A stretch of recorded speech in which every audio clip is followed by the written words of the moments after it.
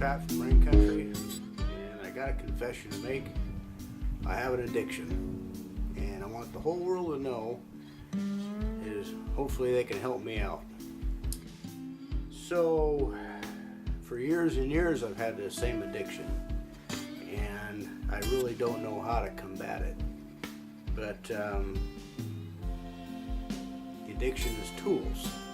I just want to share with you guys a little bit of what me and Heidi do. We like to garage sale and go to estate sales. I just wanted to show you a couple of things. If you guys don't have a whole lot of income or whatever the case may be, that if you're patient, you can come across deals every now and then and help to augment your tool supply.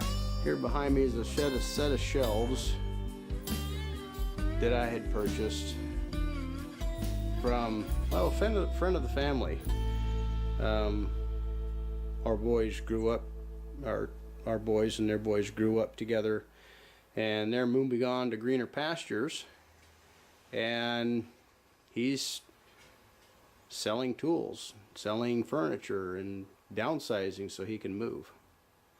And so the two metal shelves that you see here are adjustable. You know, a lot of you are probably familiar with the Costco shelves that they get in from time to time. Well, they had these. They were selling these for a while. I still don't know if they are or not, but I got one for $15, and it doesn't have wheels. One of the wheels broke, so he put the pads on there. They come with pads, and they also come with some rolling casters. And so he sold me one for $10 and one for $15. All the tools that you see on the shelf here, here's some impact wrenches, extensions, a real nice specialty Craftsman, looks like the higher end Craftsman ratchet set, or just ratchet. These are coming in handy for, you put a bit in the end of that, like a square drive or whatever it is you're wanting to get into a tight place or an odd corner. This is a flexible rod here that you can get into some weird angles with your drill and a fastener. Of course, all of the different bits there, the guy usually ends up breaking. If you buy a big set of drill bits, you usually end up breaking the smaller ones first, so I got a good selection of small bits here. Here's another sweet little tool.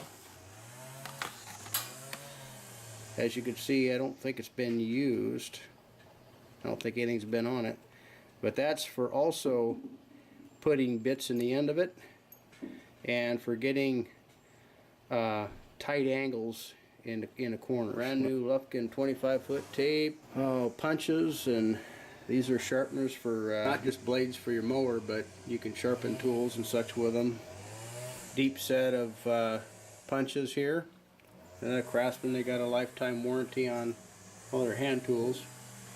Extra filter for pretty standard filter for Briggs & Stratton motor. Pruning blade, I don't know if any of y'all have used these in your reciprocating saw, your 18-volt DeWalt or whatever reciprocating saw, but that's a real aggressive little blade for limbing. Got all these little different types of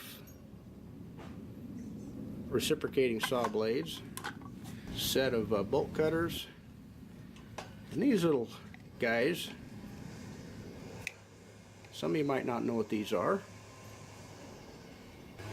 I'm gonna let you guess. That's another specialty tool that I'll be putting in my weird tool collection that you hardly ever use, you know, but when you need them, there they are. Different size channel locks, and yes, they are channel locks, they're not the cheap ones. Adjustable wrenches here. I got a soft hammer. It's also a Craftsman. Got a couple extra heads for it. Various little crowbars. And I got a fencing tool here. One of these days I'll show you how to use that. Actually, if you go to Doug and Stacy, Off-Grid with Doug and Stacy, he's got a little demonstration on how to use those, some of the functions on that. Some specialty tin snips, and obviously a pair of wire strippers, spring actuated needle nose pliers, pipe wrenches. This is a specialty tool you might use once or twice in your lifetime, but if you can remember where it is in the shop, it's really a handy tool. So this thing has a bunch of multi-tools on it for a particular type of basin wrench, for loosening up, so like when you put like a sink in, a stainless steel sink in the kitchen, and you have the keepers on the bottom to fasten the faucet on. Anybody's done any plumbing in there knows how much of a hassle it is to get up in there and loosen those keeper nuts on the back side of the faucet. Well, that's what that tool's for. This little tool on the inside of this, doing this one-handed here, this is basically just the handle, obviously. But this gizmo here, that's for loosening, for a tub drain. You put this inside of the drain itself. That interlocks in there and loosens up the drain. The drain actually screws into the keeper on the back side. Typical little basin wrench here. AVB, there's vacuum breakers for your outside faucet. Keeps from back siphonage. One-hand operation grease gun.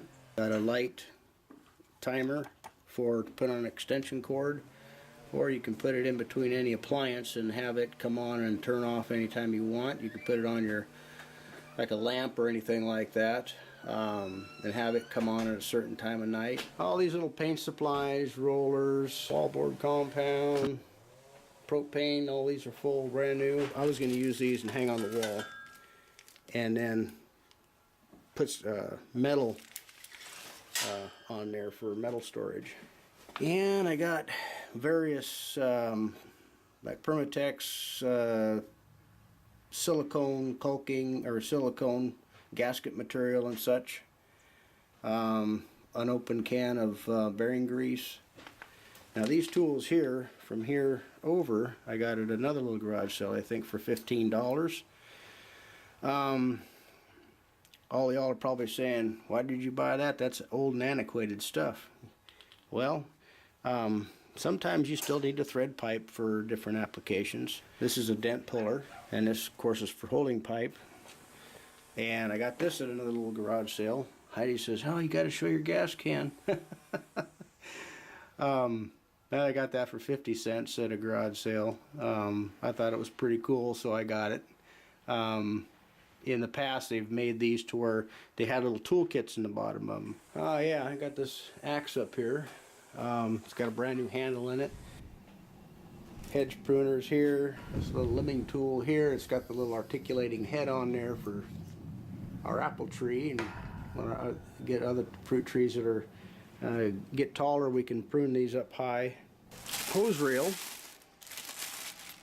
So I don't know if anybody's ever been in this situation or not. I haven't gotten that bad yet, but I do understand. I got a tire pressure gauge. It's got the gauge that comes out the end of it. Extra fittings to go with this.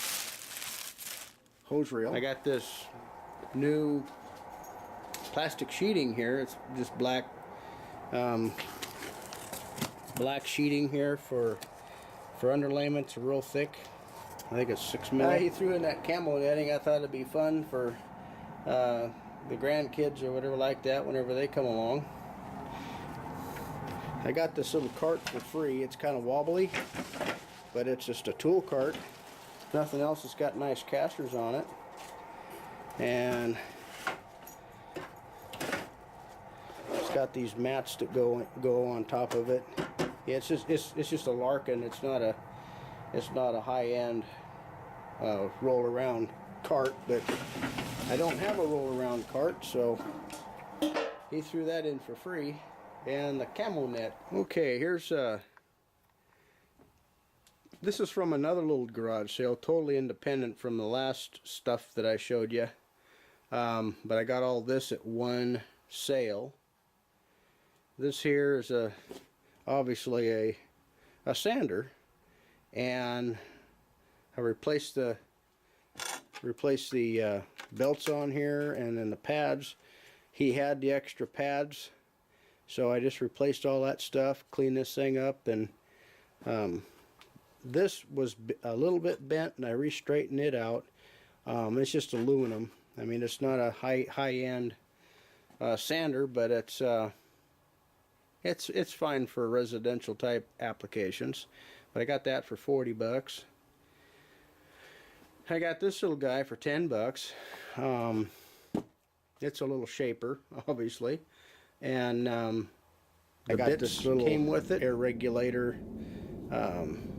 For, you know, you can regulate pressure, and it takes the moisture out of the air, and we need that around here for the humidity we have. Anyway, that obviously is brand new, still in the box, has all of the paperwork, and it's not a high dollar deal. I think Central Pneumatic is Harbor Freight. Yeah, exactly right. Here, Harbor Freight. But hey, matter of fact, I have one of these. It's red in my finishing room, and it works just fine. This whole pile of T-posts. The T-post clips, a puller, and a post setter for $25. And these even got the corner support straps, the connectors for putting in corners. But I think for $25, I think just the driver alone is probably worth 25 or 30 bucks, $35 probably. I don't think I got hurt on any of that stuff. Oh, and another thing. Went to another garage sale a while back, and a guy just gave me all this lumber here. It's just mix and match stuff. There's lots of 1x6 in here, 1x4, all rough sawn. There's a nice fir beam.